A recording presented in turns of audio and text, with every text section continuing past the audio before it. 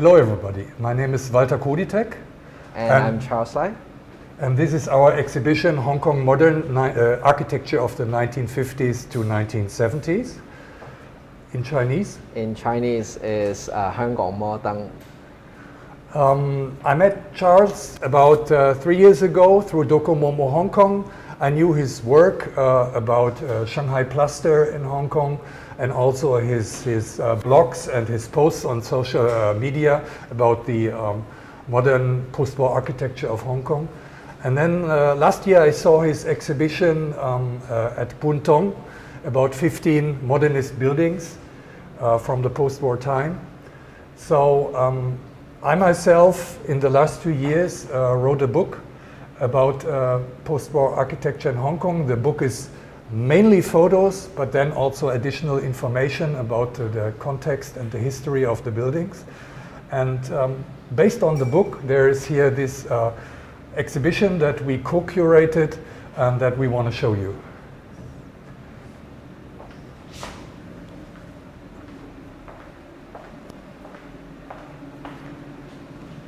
So you can see the beautiful space of the Goethe Institute at the Hong Kong Art Center by Tao Ho Design Architects, actually a building that is both in the exhibition by Charles' team and also in my photo exhibition. So it's featured twice.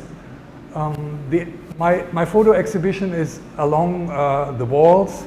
There's about 200 buildings, and kind of mirroring the book that I just published. The buildings are arranged in 7 clusters, and the 7 clusters are based on building categories. So, for example, residential or commercial buildings or public buildings.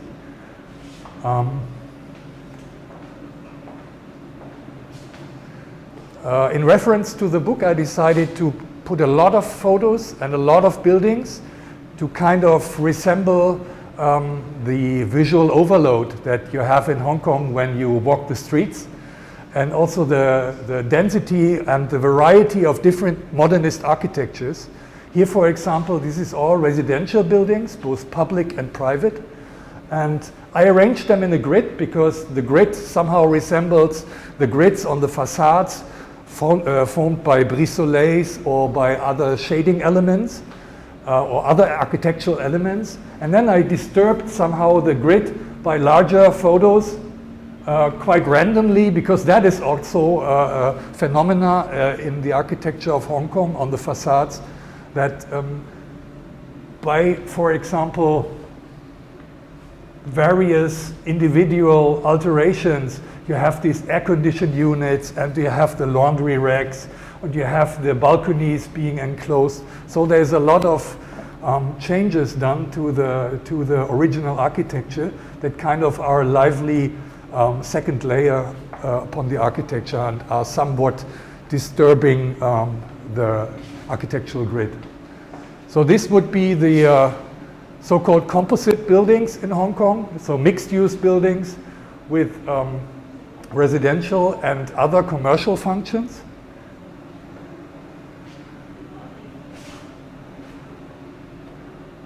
For example, we have here very early 50s Tong Lau walk-up buildings, like this one in Kowloon City. Or we have here the new Lucky building, it's called, at Nathan Road, with the Chinese lettering of the business signs from the old associations and businesses that used to work in this mixed-use building. And then we come to the commercial buildings,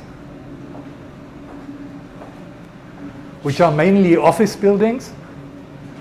You see very rigid grids and very straightforward architecture on the elevations of those buildings. Here we have an exception. It's the State Theatre, one of the last remaining post-war theaters and cinemas in Hong Kong.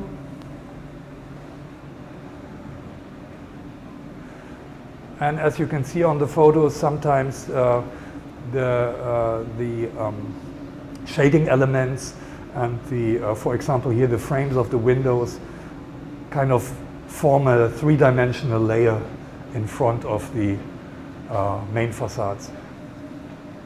If we turn around, we come to the fourth category, which is industrial buildings, some of which you might know, like for example the Kowloon flour mills here in Kwun Tong at the waterfront, still in use in the original function. Or another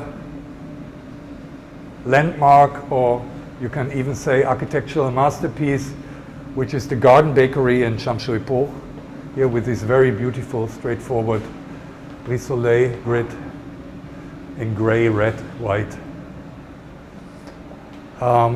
Next category is a very diverse one, public buildings. I can show you here. I decided not to include any text into the display of the photos, but instead you have this small booklet. You can look up the number of the photo, and then in case you're interested, you can read more about the buildings, about the history, and see also some black and white photos, even some historical ones. These are excerpts from the book. That is actually the cover photo of the book, which is the Murray building. It used to be the headquarters of the Public Works Department, so an office building, and was converted successfully to a posh hotel some years ago. Next category would be all the schools. Schools are a good example for the vibrancy of the color schemes, polychromatic color schemes that are used to make those schools somehow stand out from the crowd. So there's a lot going on in terms of architectural elements, but also in terms of color and finishes. And all of these buildings are from the period after the war, from the 1950s to the late 1970s, because I decided to frame it to these 3 decades.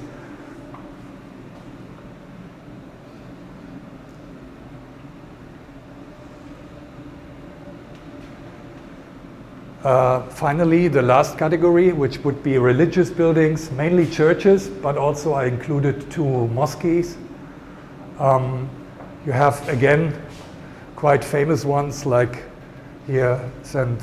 Stephen's in Central, or, for example, lesser known examples like, let's see, this one here, which is actually in Yuen Long, also by a Hong Kong architectural office.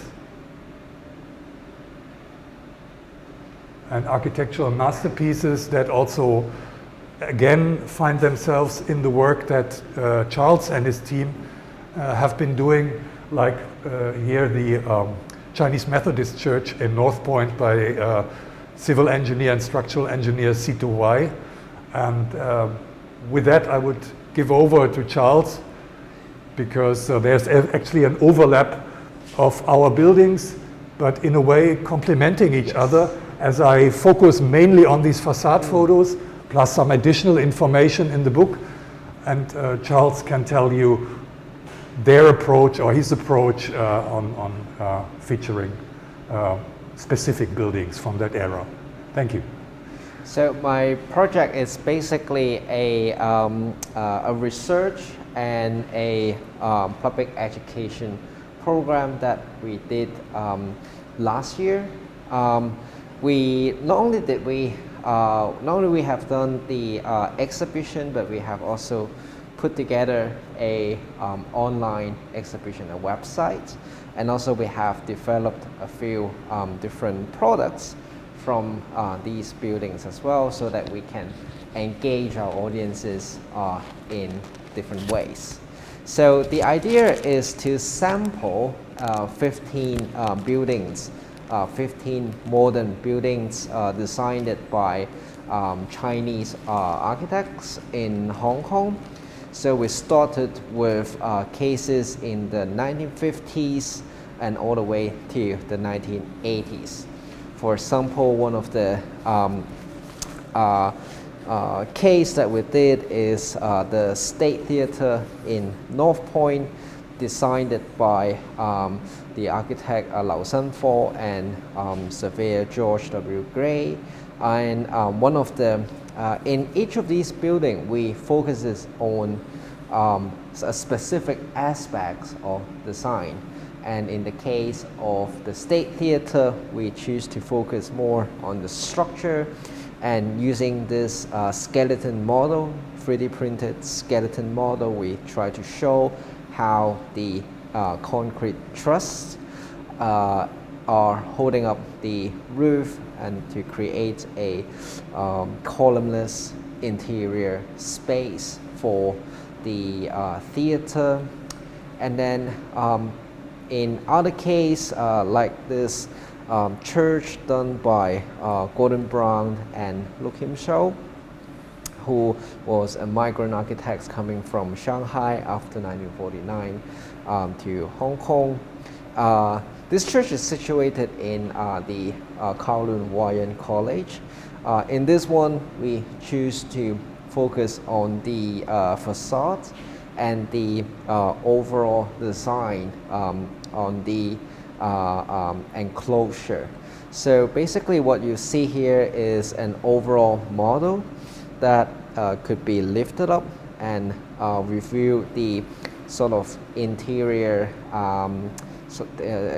the double facade feature that is quite special to this building. The reason why they did that is because the perforated facade on the outside can provide a certain kind of shading for sunlight, and also it will allow airflow, so it's more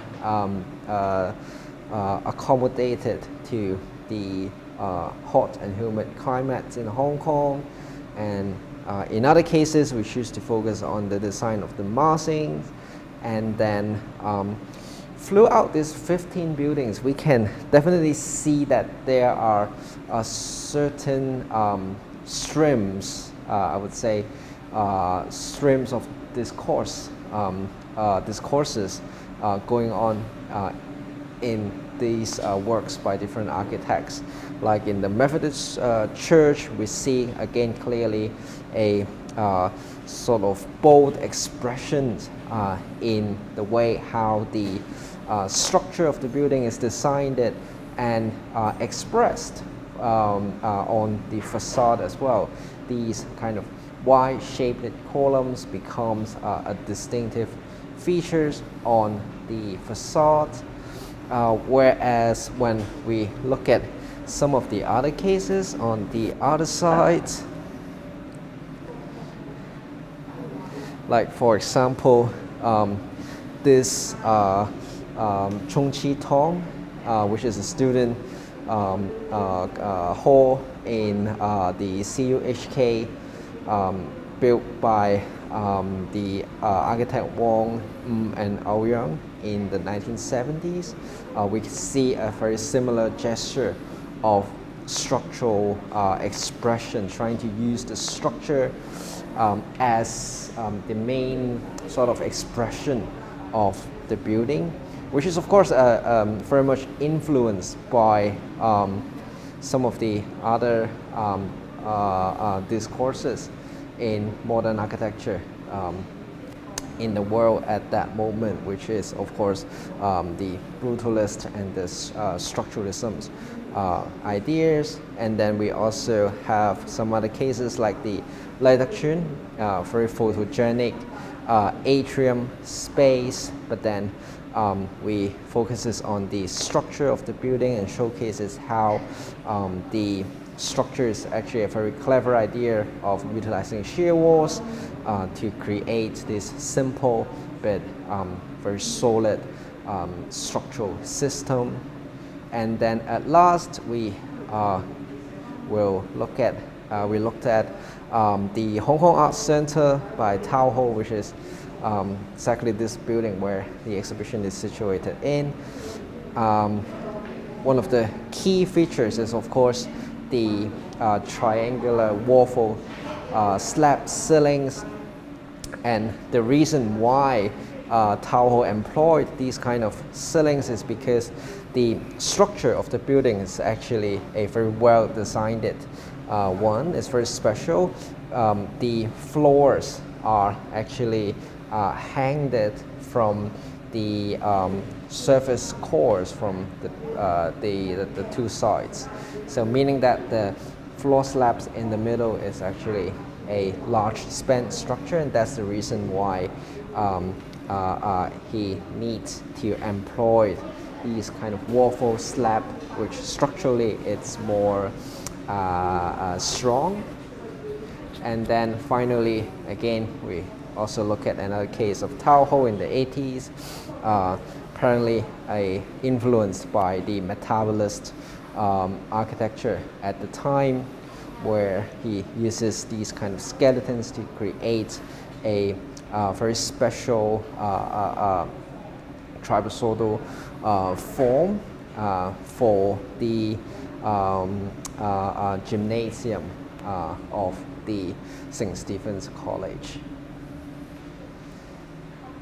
So that's basically what I have. And Walter, do you want to give a roundup? Nothing to add, just has been a pleasure to have you, and if you have any questions, just send us a note or an email, a message or an email.